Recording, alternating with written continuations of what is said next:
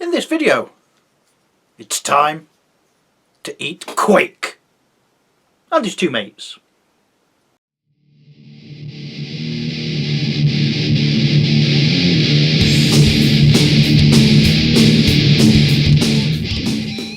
Well, I've not done the Transformers review in a bit, and I thought, considering the name of the channel, I thought I might as well. So, Legacy United, is it still?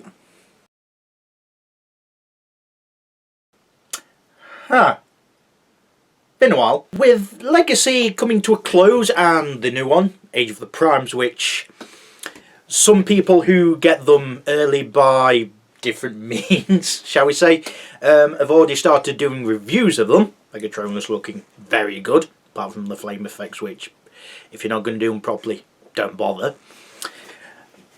Legacy United was, for the most part, pretty good.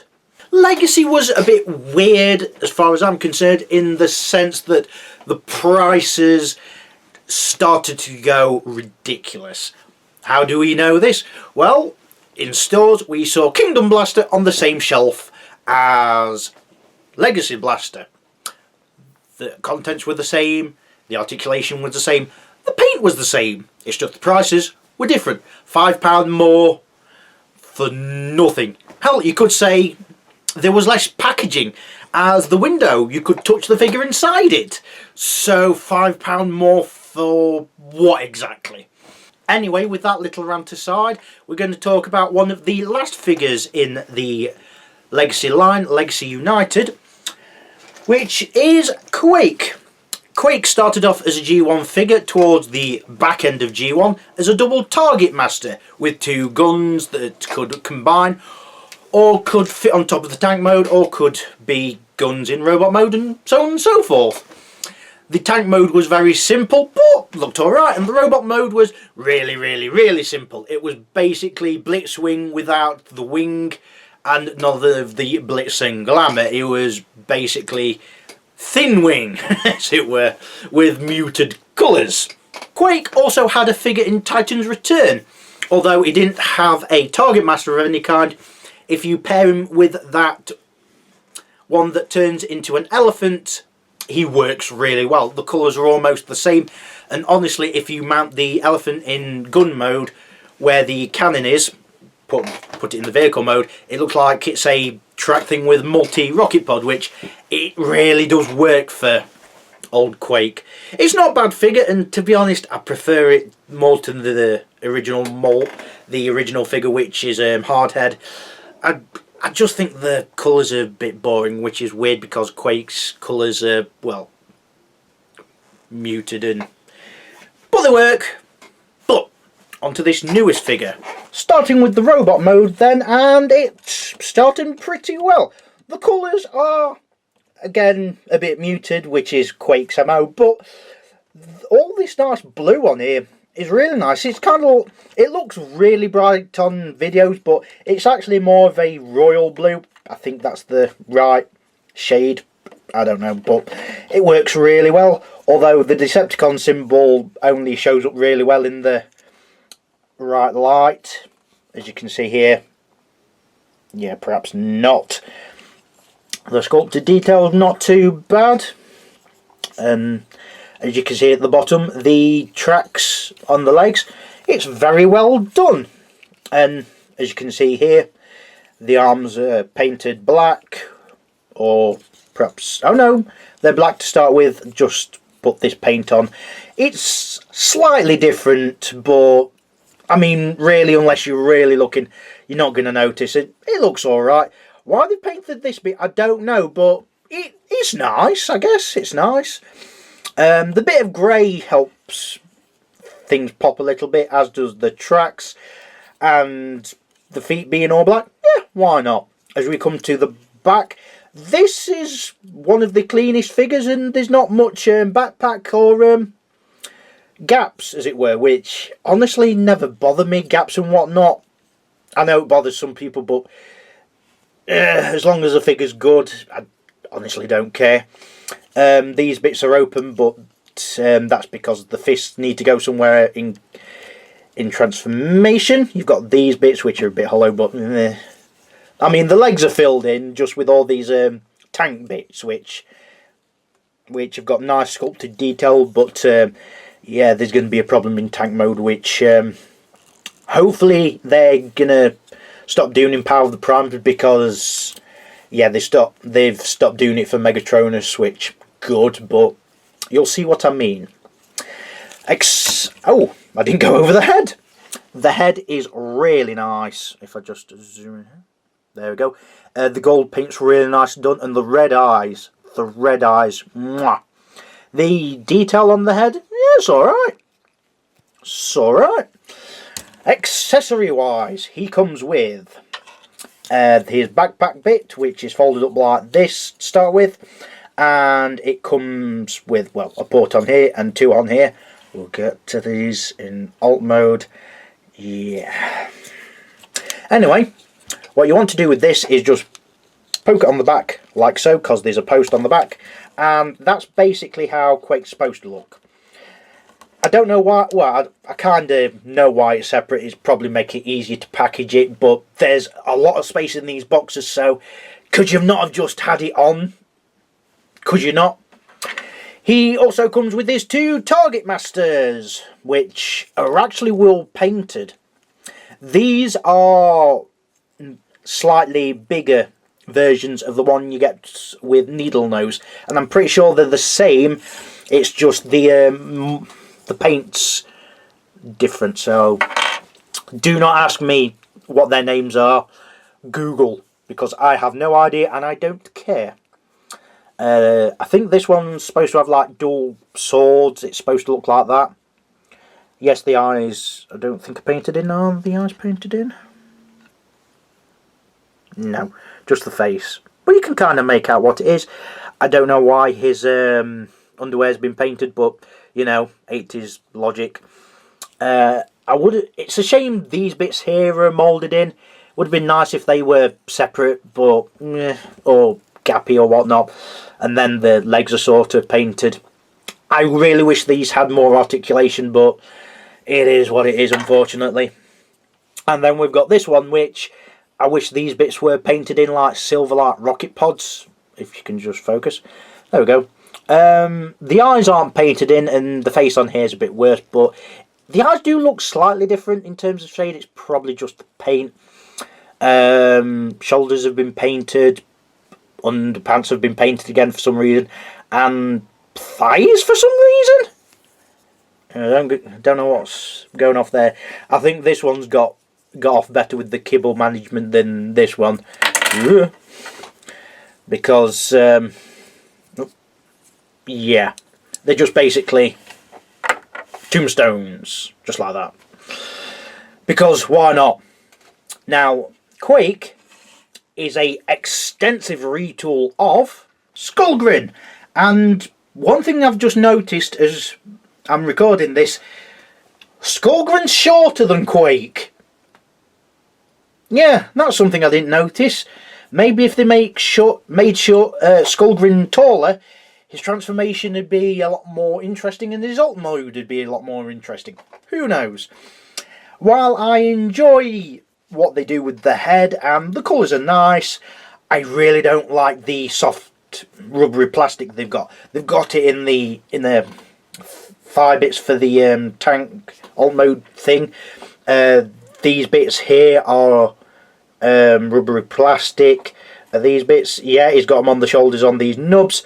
These bits are soft. These bits are soft. In fact, I think I'm right in saying the whole head's soft plastic. Not as soft as the rest. The main head isn't, but it's still soft plastic. And the main issue is with Skullgrin is the articulation, because trying to get him to do any more than that with his hips, yeah, no chance. And moving the legs around is not that. It feels tight and weird just because of the plastic used in various areas, which, yeah, I just wish the articulation was well, I just wish the plastic was bare.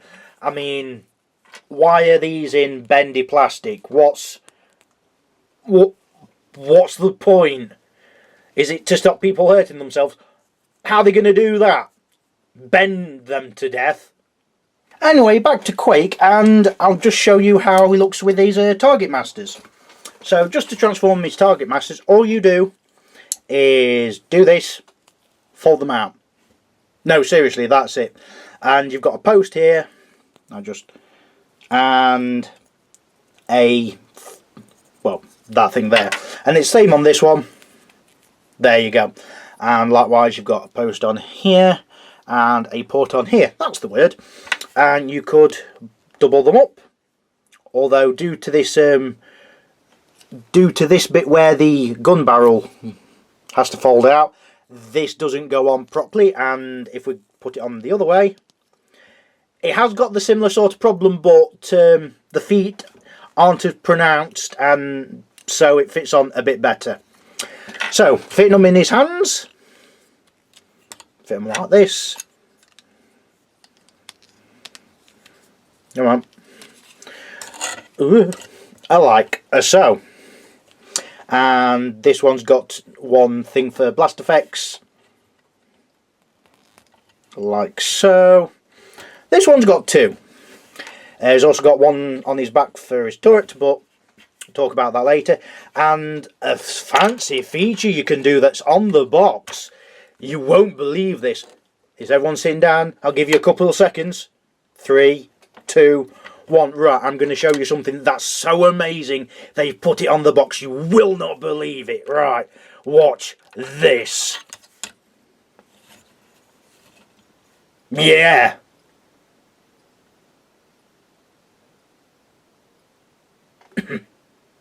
Quake is very appealing in robot mode. His colours are very appealing. His face is really well done. In fact, everything of this figure is really well done. You wouldn't have thought Skullgrin would have been the best mould to use for this, but it's worked out really well. I do like the paint on his little target masters, although I do wish the target masters had more posability and the like, but at least he's got guns that you can use in both. Well, we'll get on to why you can't use them properly in tank mode, but yeah. Robot mode, I'm going to give a 23 out of 25. On to the articulation, and yeah, let's get rid of these. They don't have any. Starting with the head. I'm fairly sure it's a ball joint, but due to how the head's been moulded and whatnot, you can only get it to go side to side. There's no up and down movement at all, I don't think. Okay, there's a smidge in amount, a really small smidge amount, not that much at all.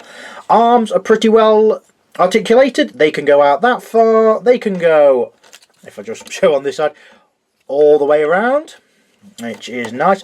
You've got a mushroom peg here, which can go all the way around. You've got a fairly nice bend for the elbow. Yeah, it's pretty decent. And if it's necessary, you could use the transformation joint in the wrist to, I don't know, make it look like he's holding his guns downward or something. You could do something with that. I'm pretty sure you could. Waist moves freely, no problems there. Although there's a really, really slight bumping in with the tank turret. It's only slight, and it will only happen more depending on how you've got the legs. Speaking of which, they go forward that far, bumping into the tank bit a little bit. Not much, but a bit. They go forward all that way. They go outwards all that way, which is nice. He has a knee bend, slightly over 90, I think that is. And he also has a ankle, which goes all the way. Yeah, problem with the ankle is, because of this tab, I'll just show you here if it'll, yeah, there we go. This little tab here, if you put the ankle too far, it can catch on on some of these knobbly bits. It's not much of an issue, but yeah, if you could hear that sound of clicking, that's it, catching on some of these knobbly bits. It's more of an annoyance than anything else, but just thought I'd let you know. But yeah, when it's come to articulation, Quake can near enough do it all. Can he kneel? That's one of the things I like in Transformers if they can kneel. And yeah, I'd count that. It's slightly off the ground, a smidge, but not that much, so yeah, he can kneel. Yes, that's what we like to see around here. Can he cross his arms? Another thing I like to see. Not really. Not something that's much of a shame, but yeah, it is. It's not going to be something I'm going to knock the score off because of, but it's something I'd just like to see. If Transformers can kneel properly and if they can cross the arms. But that's just a me thing. Score I'm going to give the articulation is 24 out of 25. Transformation then, and looking at some reviewers, they've said that there's problems with the legs. Now, I will agree with them, perhaps not in the same way, and I do have to criticise them that they do not point out what the actual problem is. They say there's problems in areas, but do not actually point out what the problems are, which you kind of need to. So, what I like to do first is rotate the turret all the way around, or you could pop it off, but you don't need to. I just like to pop it up, rotate it all the way around. It just makes things easier for transformation. Then fold the fists in, and they should be like that. Yes, you've got weapon ports all over the place, but unfortunately with this figure there's no weapon ports that much on the arms, so it's a bit of a shame, but it is what it is. There's 2 weapon ports there, but we'll get on to why you don't use them. Anyway, you take this panel of the chest, you fold it down, and then, much like Skullgrin, if you've seen the figure, fold that out. Now, the reason why it's easier to rotate this around is because once you've got it like this bit will bump into things. Now, you could pop this out, but it'll still bang against it a little bit, so I just like to rotate it out and then fold it up like so. So it'll be like this. Then, with the arms, you've got these bits where the upper arm is, and these posts, if I can get it to show it, I'll just zoom in, these posts right here, and what you need to do is have the arm, because it'll fold in, and rotate it so those bit I've just shown you, this bit here and this bit here, will go into each other, so like so. And then there's these notch and this gap here, which will go into the other arm. So once you've done it, they'll click in together and go like that. And sometimes you'll need to give it a bit of a press. Oh no, I've missed a bit, beg your pardon. What you do first is, on this sliding thing, slide it up until it clicks. If it's not clicked, it'll just be up a bit and yeah, you've not done it right. You need it to click. Then put them together and put them on the post. It might be a bit hard at first, but once you've done it once, they'll go into the post pretty easily. So that's the upper body done, and you could rotate this around if you want. Doesn't really affect anything if you do that, so why not? So, coming on to the legs then. Not much of the legs are pinned, it's just really the knees that are pinned. So what you need to do first is pull this bit out a little bit, so it's like that. If I just zoom in, focus dear, there we go. There's this post right here that goes into this tank bit, so like that, but it just needs to come out a little bit so you can open, fold out this bit. So it just wants to come out a little bit. It can't come out much because, well, there's a leg, but just come out a little bit. And then what you want to do is, and this is the really fiddly bit, you pull out the leg bit first. Yes, you pull all this bit out. I don't know where the ports and whatnot are, but once you've got it all together in robot mode, it sticks together pretty well. So you just need to give a little bit of force. Not much, but a little bit. The main issue I've found is if you give too much force, the leg will pop off here. It'll go back on easy enough because it's not pinned, but it's annoying. So just watch out for that. Then you could come to the foot and fold it in like so. And then what you want to do is fold the leg down, but not all the way. Then you want to get this bit that's folded out and then fold it all the way out. And then with the leg, what you want to do is on these two joints right there is fold them out so it's more like that. So if you look on the other leg, that joint is outwards, but this one's come inwards. Then you can fold this bit down and come to this bit, and there's a notch on here and a notch on here. This notch will go into there, and this hook will hook over there. It's not a strong hook, you can pull it apart fairly easily, but that's just how it works. So you need to finagle it a bit until it gets like that. So that's how it should look. Yeah, and there's something else you may have noticed that won't become apparent in alt mode. Yeah, you'll see. Right, so same on this side. So meh. Pull this out like so. Fold the leg in, fold the foot in, not the leg. Pull this bit down. Fold this out, and just push this up so you've got a bit of clearance. Fold this bit down. Rotate this bit down, and then fold and rotate this bit so it's on like that. And then these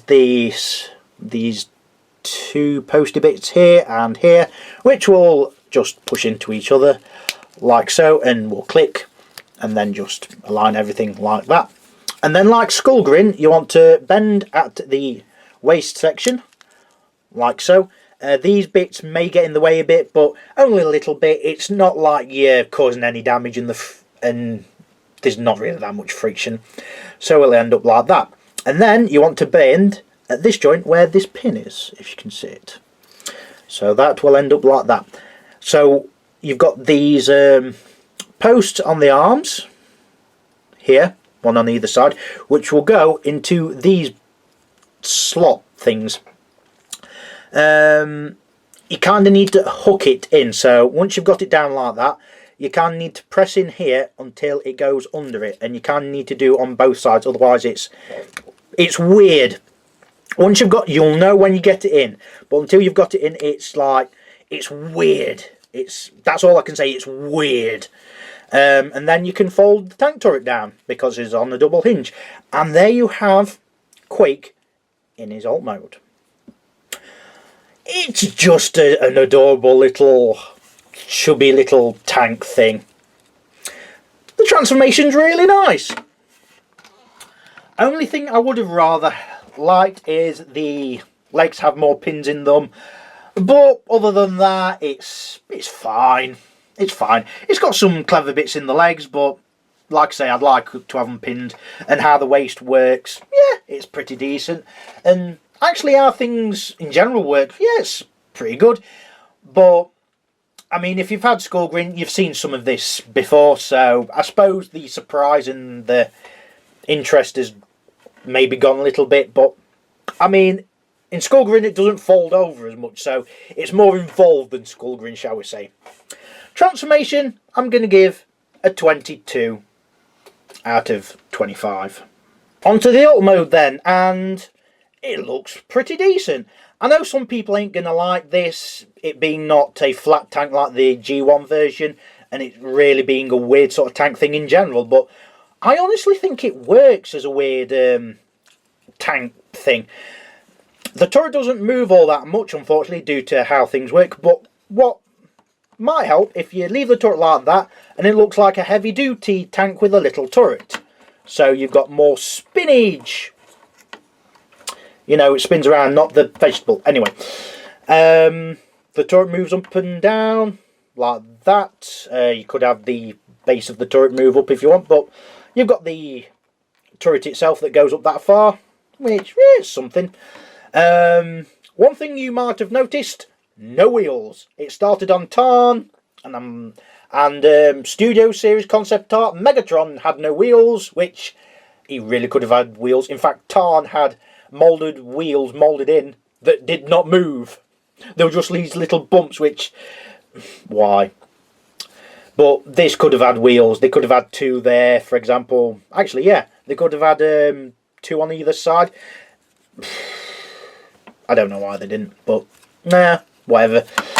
It is what it is, unfortunately. It's got weapon ports to put stuff in there. One on there. Is he got any on the bottom? No. There's a blast effect on the cannon, like I've said before. So, I mean, that's nice, right? That's cool.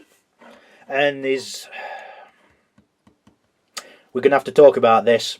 You may have seen my short spoiling the main problem with this figure already. So, these two weapon ports up here. Now, it shows in some of the pictures the target masters going in the sides like this, which, while it's a fun thing you can do, he looks like some sort of reject Dalek. And yeah, it's not. I think honestly, if the colours were the same and the guns were similar, then I probably wouldn't mind this configuration as much, but yeah, not for me. You could plug them in the top, which I'm not going to show you, because if you've seen me short, you will know what the problem is.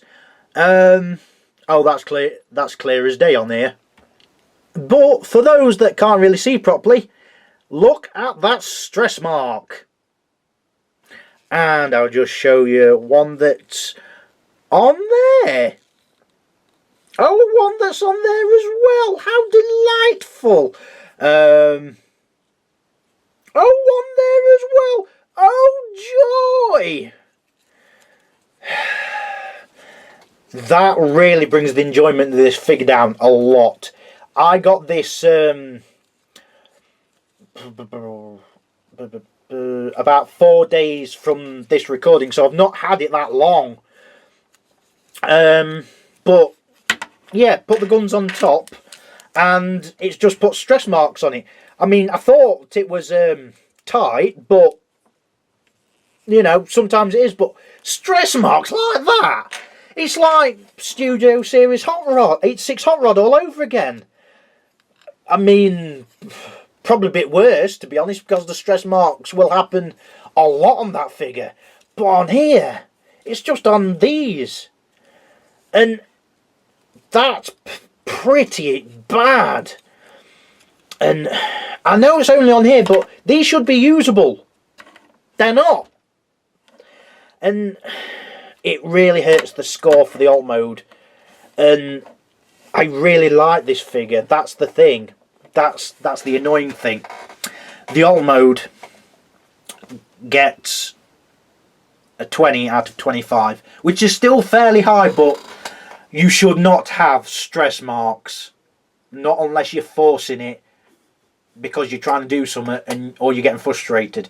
If stress marks are appearing on something that literally should not have stress marks on it, like weapon ports where you put weapons, there's no excuse. And at the price these are, yeah, that's egregious.